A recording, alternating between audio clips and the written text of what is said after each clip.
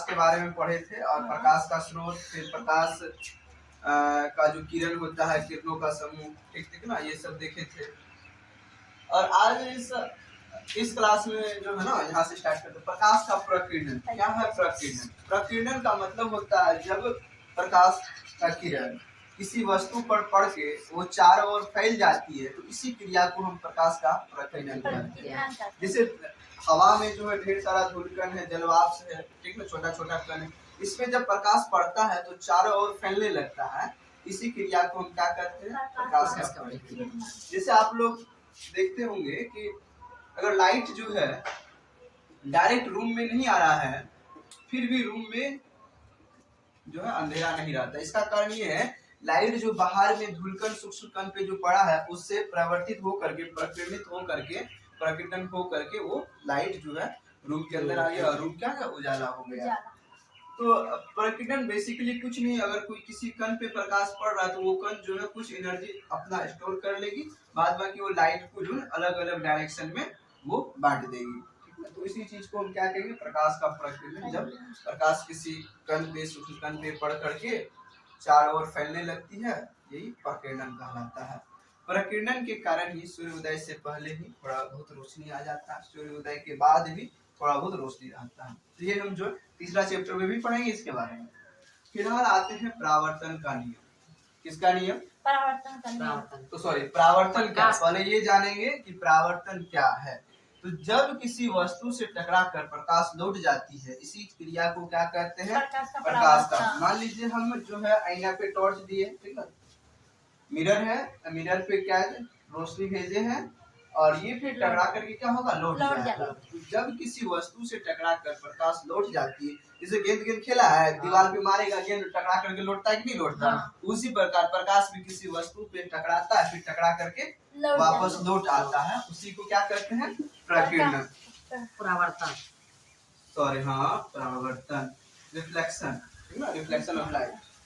तो यहाँ पे प्रकाश जो आ रहा है, जो वस्तु पे जो आ रहा है, इसको इंसिडेंट रे क्या कहते हैं? आपतित किरण। क्या कहते हैं? आपतित किरण। और फिर टकराने के बाद जो लौट रहा है उसको कहते हैं परावर्तित किरण। परावर्तित किरण। जिस बिंदु पे प्रकाश पड़ रहा है उसको कहते हैं आपतन बिंदु। क्या कहते हैं? आपतन बिंदु। आपतन बिंदु। और आपतन बिंदु पे हम एक 90 डिग्री का अभिलंब ज्यूम करते हैं, ठीक ना, और ये लाइन कहलाता है अभिलंब। क्या कहलाता है? अभिलंब। अभिलंब एक इमेजिनरी लाइन है, काल्पनिक लाइन है, ठीक ना, हम इसको, हाँ, इसीलिए डॉट डॉट लाइन में हम दिखाए हैं। तो परावर्तन क्या है? जब प्रकाश किसी वस्तु से टकरा कर लौट जाए, उसी को परावर्तन कहेंगे। जब प्रकाश आता है तो आपतित किरण, टकरा के लौटता है तो परावर्तित किरण। जहाँ पे प्रकाश पड़ा, आपतन बिंदु, आपतन बिंदु पे ही क्या खींचे हैं? अभिलंब।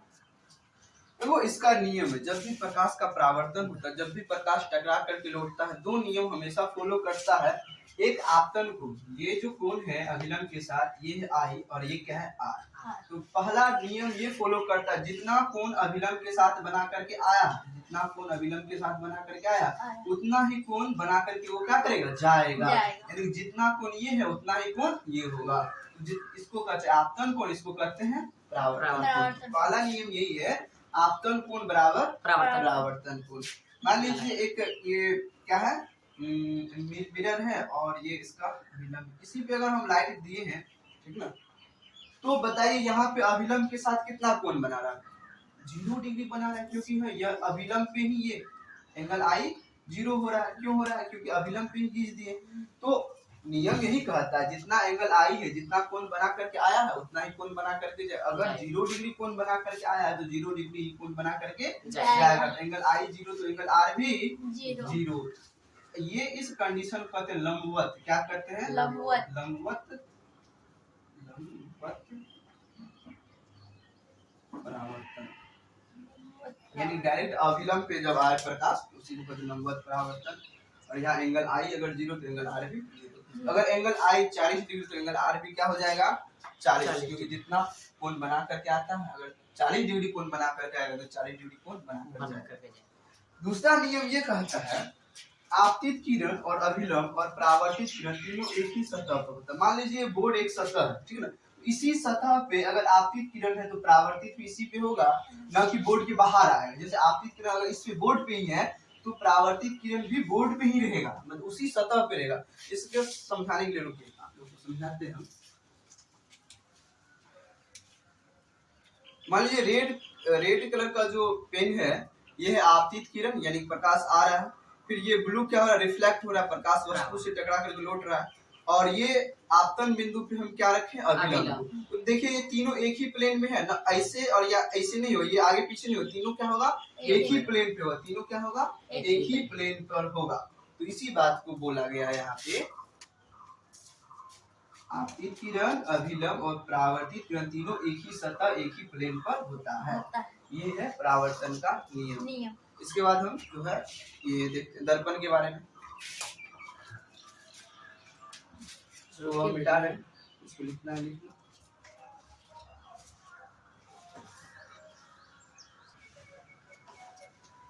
एक क्वेश्चन बच गया था कि सिग्नल में जो हम रेड लाइट का प्रयोग क्यों करते हैं, लाल रंग के प्रकाश का प्रयोग क्यों करते हैं।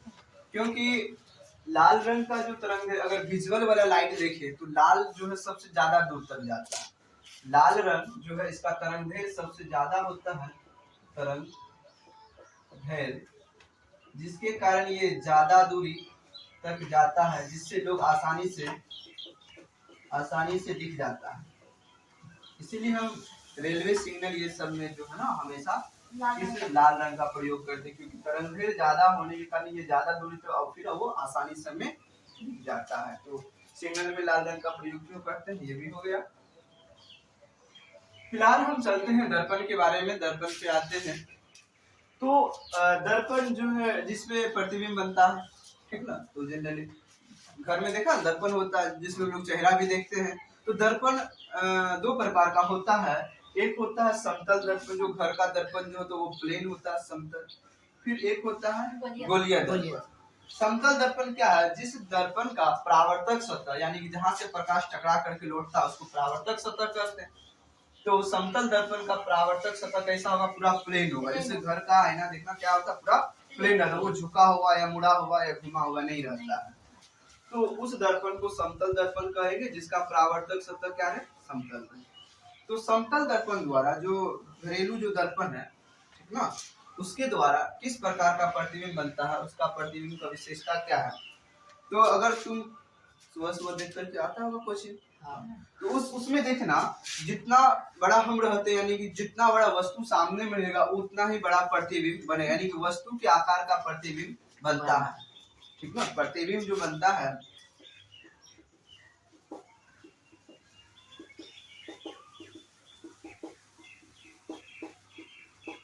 यानी कि जितना साइज का वस्तु रहेगा, ऑब्जेक्ट रहेगा, उतना ही इसका क्या बनेगा, प्रतिबिंब इमेज बनेगा, ठीक।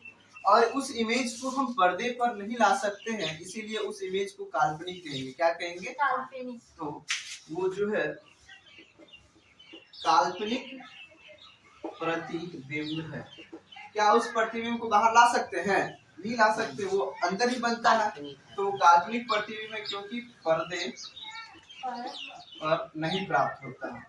पर्दे पर अगर प्राप्त कर ले तो वास्तविक होता, वो तो पर्दे पे प्राप्त होता नहीं। फिर है दर्पण के जितना सामने में वस्तु रहेगा उतना ही पीछे क्या बनेगा, फोटो। देखो हम भी आईना जब देखने जाते हैं तो आईना के सामने जितना सामने हम रहते हैं उतना ही सामने मेरा क्या बनता है, फोटो बनता है। तो जितना आगे वस्तु उतना ही पीछे क्या बनेगा, प्रतिबिंब बनेगा। एक तो आकार में बराबर बनता है, जितना हम सामने रहेंगे उतना ही पीछे बनेगा। और प्रतिबिंब कैसा होता है, काल्पनिक होता है, पर्दे पर प्राप्त नहीं कर सकते। एक और है पार्श्विक रूप से उल्टा बनता है। ये पार्श्विक रूप से उल्टा क्या है, इसको समझने के लिए हम एक दर्पण बना रहे हैं। पहले से एक एग्जांपल दिया आप लोग को। तो आर का जो इमेज जो बनेगा, तो जितना सामने है दर्पण से उतना ही पीछे बनना स्टार्ट होगा। मान लीजिए जितना सामने है तो इतना ही पीछे बनेगा। और इसको अगर हम दो पार्ट में बांट दें तो ये भी कहता है जो पहले है उसका पहले बनाएंगे, क्योंकि जो जितना सामने है उतना सामने वो बने, जो जितना पीछे है उतना पीछे बने। इस हिसाब से हमें दर्पण से नजदीक कौन है, ये वाला पार्ट, तो ये वाला पार्ट पहले बनेगा। दर्पण के बाद कौन है, दर्पण से दूर कौन है, ये पीछे वाला पार्ट, तो ये वाला पार्ट फिर दूर में बना देंगे। इस प्रकार से प्रतिबिंब बनता है और इसी को कहते हैं पार्श्विक रूप से उल्टा। वस्तु का साइज बराबर है, जितना आगे है उतना ही पीछे, लेकिन पार्श्विक रूप से क्या है, ये उल्टा। ये समतल दर्पण द्वारा बना प्रतिबिंब का लगभग यही सब क्या है, विशेषता है। अब हम चलते हैं गोलीय दर्पण के बारे में। किसके बारे में, गोलीय।